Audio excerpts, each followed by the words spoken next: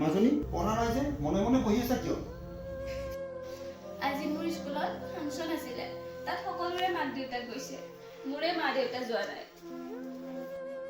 মোৰ মাৰ কথা সকলোৱে সোধে, কিন্তু মই একো উত্তৰ দিব নোৱাৰা হৈছো দেউতা। মই তোমাৰ মাক বহুত বুজাইছিলো মাজনী।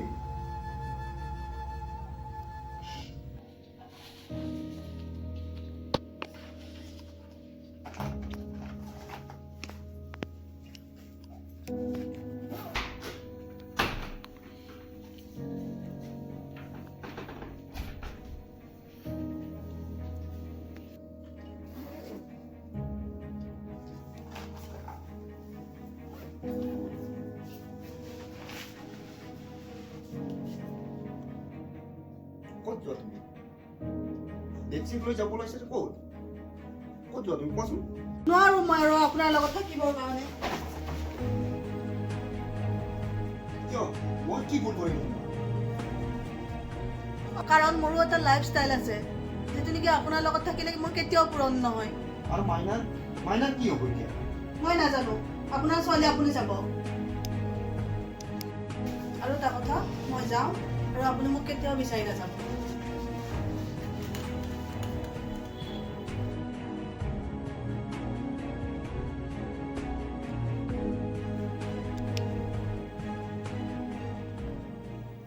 কি কৰিম মই এতিয়া এইবোৰ? এওঁ কি কৰিলে এইবিলাক? মাজনী আহিলে মই কিদৰে উত্তৰ দিম?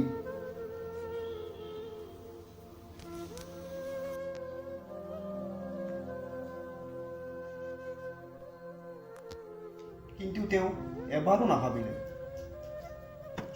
মই তেওঁক বহুত ভাল পাইছিলোঁ মাজনী। তেওঁ মোক বহুত ভাল পাইছিল। কিন্তু কিয় তেওঁ আন এজন পুৰুষলৈ মন মিলিলে মই একো ধৰিবই নোৱাৰিলোঁ মাজনী। সকলোবোৰ ঠিকে আছিলে মাজনী। মোৰ এইটোৱে ভুল হ'ল নেকি? মোৰ এখন ভাল গাড়ী নাই, মোৰ এটা ভাল ঘৰ নাই, মোৰ ইনকাম কম, এইটোৱে মোৰ ভুল আছিল নেকি বাৰু?